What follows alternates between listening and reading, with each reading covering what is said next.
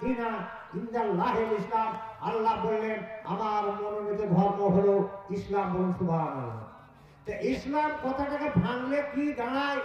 ইসলাম কথার অর্থ মানে এই নয় মারামারি করা, ফাতনা ফাসাদ করা, খুনোখুনি করা, রাহাজানি করা, গন্ডগোল করা, সুদ খাওয়া, ঘুষ নেওয়া, এই যে নানান কিছু আর যারা এই রকম কিছু, এগুলো থেকে বিরত থাকতে হবে। বলুন সুবহানাল্লাহ।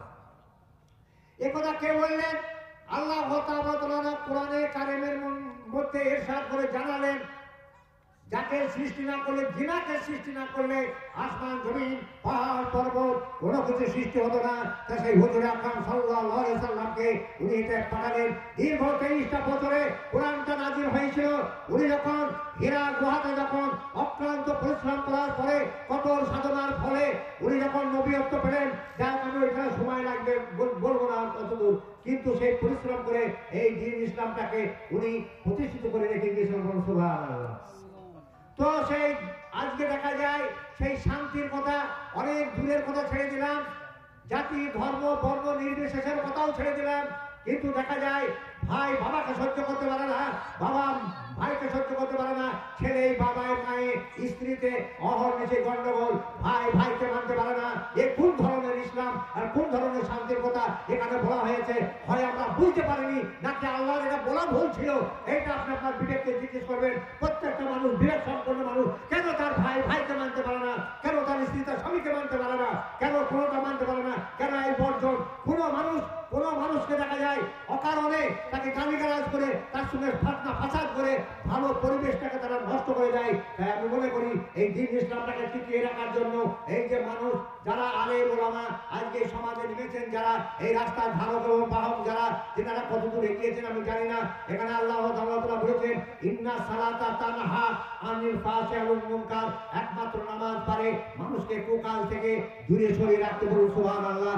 আমি আপনি কোন ধরনের নামাজি যে আমাকে সেই নোংরা কাজ থেকে, সেই অশান্তি থেকে, সেই গন্ডগোল থেকে, সেই ফাতনা ফাসাদ থেকে আমাকে সরাতে পারলো না? আমি প্রথম সারির মুসল্লি, অথচ আমার ঘরে দেখা যায় সেই সন্তান, সেই স্ত্রী, সেই মা, সেই বাবা সেখানে বিরাজ করে, তারা আমার সামনে যখন তারা অশান্তি গন্ডগোল করে আমি সেখানে প্রত্যক্ষদর্শী হিসাবে আমি দাঁড়িয়ে থাকি। এটা কোন সংবিধান আছে? এটা ইসলামের সংবিধানে না অ-ইসলামের সংবিধানে? এইটা আপনি আপনার বিবেককে জিজ্ঞেস করবেন, আপনি তার উত্তর পেয়ে যাবেন। আল্লাহ তাআলা নামাজ পড়তে বলেছেন ঠিকই, কিন্তু কোন নামাজটা পড়তে বলেছেন এইটা আপনাকে আমাকে জানতে হবে। এখানে বলা হয়েছিল ইন্নাস আসসালাতু মিরাজুল মুমিনিন, নামাজের মধ্যে দিদার হয়, দিদার কথার সাক্ষাৎ হয়, যা আল্লাহ নবী করে রেখেছিলেন, তো সেইটা হয় নামাজের মাধ্যম দিয়ে। তা আপনি কোন ধরনের নামাজি যে আপনার দিদার হলো না?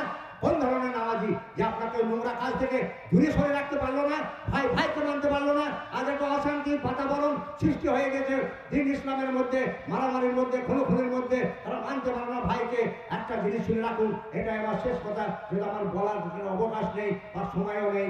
একটা কথা বলে যাই, হুজুর আকরাম সাল্লাল্লাহু আলাইহি সাল্লামের আমলে হযরত আলী করিমুল্লাহ আজহা আমাকে বলা হলো, আলী তুমি কোথায় যাবে আজ? আলী বললেন ইয়া রাসূলুল্লাহ, ইয়া হাবিবাল্লাহ, হুজুর আমি এই রাস্তা দিয়ে অমুক জায়গায় যাব। হুজুর আকরাম সাল্লাল্লাহু আলাইহি সাল্লাম বললেন, দেখো আলী, তোমাকে আমি একটা কাতর একটা কথা বলে রাখি, তুমি অমুক জায়গায় যাবে না। তো হযরত আলী করিমুল্লাহ আজহা উনি সেই রাস্তায় যাওয়ার পরে দেখলেন আল্লাহ রাসূল আমাকে নিষেধ করেছেন, তো আমাকে নিষেধটা রাখতে হবে, কি রাখবো না একটা চিন্তা ভাবনা করতে করতে দেখা গেল উনি সেই কাজে ঢুকে পড়লেন। যাওয়ার পরে দেখলেন পাশাপাশি 3টি কুয়ো কাটা আছে, এই কুয়ো থেকে জলের ফোয়ারা সোজা হয়ে উঠে দ্বিতীয়টাতে না পড়ে তৃতীয়টায় গিয়ে পড়ছে, আর তৃতীয়টার জলের ফোয়ারা আপনার উপর দিয়ে এসে মাঝখানে না পড়ে এই তৃতীয়টায় পড়ছে। হযরত আলী রাদিয়াল্লাহু আনহু উনি নিজে চিন্তা করলেন, ফিকির করলেন, ভাবলেন যে আল্লাহ তাআলা, আমি আলী আমি কি দেখলাম? আমার হাবিব আমার রাসূল মানা করেছিলেন আসতে, তবু আমি ঘৃণাই করে প্রত্যাখ্যান করে এসে পড়েছি। আমি দেখলাম কি এই কুয়ার জল ওইটাই পড়বে, না পড়ে ওটাই, আর ওই কুয়ার জল ওইটাই না পড়ে এইটাই পড়ছে। এটা কি ধরনের বিচার? এটা আমার বুঝে আসলো না। যাই হোক, উনি আর কিছু দূর চলে গিয়ে দেখছেন কিছু পাখি, সুন্দর সুন্দর পাখি, পাখিগুলার গায়ে লা ইলাহা ইল্লাল্লাহু মুহাম্মাদুর রাসূলুল্লাহ, আমরা সকলেই বলি সাল্লাল্লাহু আলাইহি ওয়াসাল্লাম। এই কলমা লেখা রয়েছে মেলা জায়গায়, সবখানে জায়গায় লেখা রয়েছে। অথচ ওই পাখিগুলা, ওই পাখিটা তারা আবিল খাচ্ছে, তারা নোংরা খাচ্ছে, তারা আবিল খাচ্ছে। হযরত আলী গোমরা যেমন ভাবলেন, হে আল্লাহ তাআলা, আমি এটা কি দেখলাম, এত সুন্দর সুন্দর পাখি যার গায়ে লেখা আছে লা ইলাহা ইল্লাল্লাহু মুহাম্মাদুর রাসূলুল্লাহ সাল্লাল্লাহু আলাইহি সাল্লাম, অথচ তারা নোংরা আবিল খাচ্ছে। এটা কোন ধরনের কথা? যাই হোক, এটা দেখার পরে উনি আরেকটা জিনিস দেখলেন। দেখার পর উনি ভাবলেন এটা কোন ধরনের জিনিস। আমি ব্যর্থহীন ভাষায় বলে যাই, পৃথিবীর মানুষ ধর্ম করতে গেলে কাম, ক্রোধ, লোভ, মোহ, মদ, মাৎসর্য, এই ছটা রিপুক আপনাকে মানে বাঁধতে হবে আগে, তারপর আপনি ধর্মের প্রথম শ্রেণীতে পা রাখতে পারবেন। নচেত নয়, আপনার নফস আপনাকে কুপথে চালনা করে নিয়ে বেড়াচ্ছে। আপনি যত বড় ডিগ্রিওয়ালা লোক হন না কেন, আল্লাহ আপনাকে খাতের করবে না, আল্লাহ আপনাকে ছেড়ে দেবে না। সর্বপ্রথম বিচার হবে কাদের? সর্বপ্রথম বিচার হবে যারা হাফেজ কোরআন, যারা আলেম ওলামা, এই শিক্ষিত মহল যারা, তাদের বিচার আগে হবে। আমলোকের বিচার অনেক পরে হয়। সেই চিন্তা ভাবনা আমাদের করতে হবে। আমি মনে করি এত বড় জলসাতে প্রচুর লোকের এখানে আমদানি হওয়া উচিত। আল্লাহর রহমতে এ যাবৎ পর্যন্ত তা মোটামুটি এখানে 8-10টা লোক অলরেডি হয়ে গিয়েছে। আর একটা পর্যন্ত করলেও বড় জোর হাত দিয়ে 100 মতো লোক হবে। এটুকু আমার চিন্তা ভাবনা মনে জলসায় গিয়ে দেখেছি। এটা কোন ধরনের ইসলাম, এটা কোন ধরনের মুসলমান এরা, আমি এটা বুঝে আসে না, এটা আমার জানা আসে না। তাই আমি আপনাদের সকলকে বলবো, আমার মানে আকুতি প্রার্থনা, কাকুতি মিনতি প্রার্থনা, করজোরে প্রার্থনা করায় আপনারা আল্লাহ রাসূল যখন এসেছিলেন, দিন ইসলামকে যখন প্রচার করেছিলেন, সেই আয়ামে জাহালিয়াতের যুগে মানুষ কোনো খুনি শুনতে বুঝে না, হাজারের মধ্যে ডুবেছিল, সেইটাকে আল্লাহ রাসূল দূরীভূত করেছিলেন। আজকে দুনিয়ার চতুর্দিকে আলেম ওলামা, জ্ঞানী গুণী মানুষ, আর ওলামা ওয়ারিসুল আম্বিয়া, কোরআনে কারিমের মধ্যে ইরশাদ করে বলা হয়েছে যে ওলামারা হলো আম্বিয়া আলাইহিস সালামদের রিপ্রেজেন্টেটিভ, প্রতিনিধি বা ওয়ারিস। যারা কতদূর পর্যন্ত এগোতে পেরেছেন, কেন আজ জাতির এই অবনতি, কেন আজ জাতি এই ধ্বংসের পথে, এই কৈফিয়ত কে দেবে আপনাকে? আপনাকে চিন্তা করতে হবে, আপনাকে ভাবনা করতে হবে। কেন ভাই ভাই আজ গন্ডগোল, কেন ভাই ভাই আজ মানে ঝামেলা? আজ আপনারা ঈদ করেন, আজ আপনারা বকরিদ করেন, আজ আপনারা শুক্রবারে জুম্মাতে নামাজ সারি সারি বেঁধে যান, অথচ গন্ডগোল থামাতে পারেন না, গন্ডগোলটাকে বন্ধ করতে পারেন না। এটা কোন ধরনের সংবিধান? এটা করে দেখা যায় এক শ্রেণীর মানুষ, যারা নির্জীব মানুষ, যারা সহ্য করতে পারে না, তাদের হাতটা অ্যাটাক করে। এটা কোন ধরনের ইসলাম? সেই হিসাবে আপনাদের সকলকে আমি বলে যাবো যে একটা কথা আপনারা ভাববেন, চিন্তা করবেন, যে এসে যত বড় জ্ঞানী মানুষ, পণ্ডিত মানুষ, আলেম কথার অর্থ অন্য কিছু নয়, এল যারা আছে, এল কথার অর্থ জ্ঞান যারা আছে, পণ্ডিত যারা, তারাই হচ্ছে এই জিনিসগুলো প্রচার করে। তাই আমি বলবো, যত বড় লোকে হন না কেন, যত বড় জ্ঞানী থাক না কেন, আল্লাহ কাউকে ছাড়বে না, আল্লাহ কাউকে ছাড়বে না।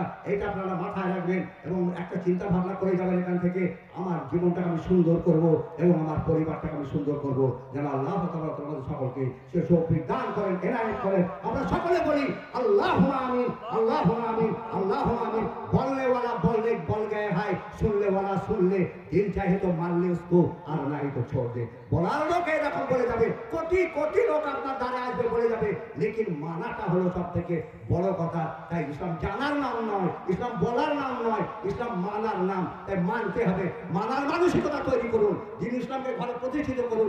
বেধর্মীরা তারা দিন ইসলামকে কবুল করেছিল, খুনুখুনি বন্ধ করেছিল, আর আপনারা কত জোর দিচ্ছেন সেইখানে ভাই ভাইকে প্রত্যাখ্যান, এই তোর ভাই খাওয়া যাবে না, তোর যাওয়া যাবে না, তোর কে যাওয়া যাবে।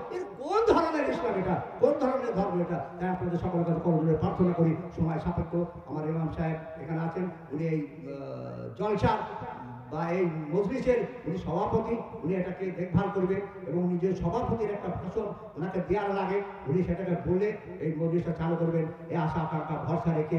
এবং আমার সামনে উপস্থিত যারা রয়েছেন তাদের কাছে আমি ছোট্ট মিনিট 5-7-10 হাঁটলি 10 মিনিট একটি কথা বলেছি, যদি আপনাদের বুঝে আসে অন্তত বোঝার চেষ্টা করবেন, আর যদি না বুঝে আসে করার কিছু নেই ভাই আমার। চিরকাল আবাল সেজে থাকলে হবে না, নাবালক হতে বালেক হতে হবে, চিরকাল নাবালক থাকলে হবে না।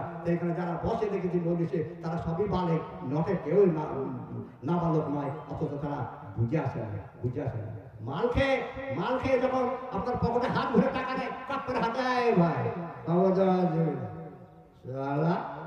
অথচ বিড়ি নিলে আর কিছু বলে না। কি কথা বুঝতে পেরেছেন? এই মানুষের চরিত্রিক গঠনটা তাই। আমি নামাজ পড়ছি, আমার দাবি আমি মুসলমান, নামাজ, তুমি কোন নামাজ পড়ো ভাই? তোমাকে দিন ইসলাম প্রতিষ্ঠিত হলো না তোমার কাছে? আল্লাহ করিনি। আল্লাহ আসসালামু আলাইকুম ওয়া রাহমাতুল্লাহ। ভাই সাহেব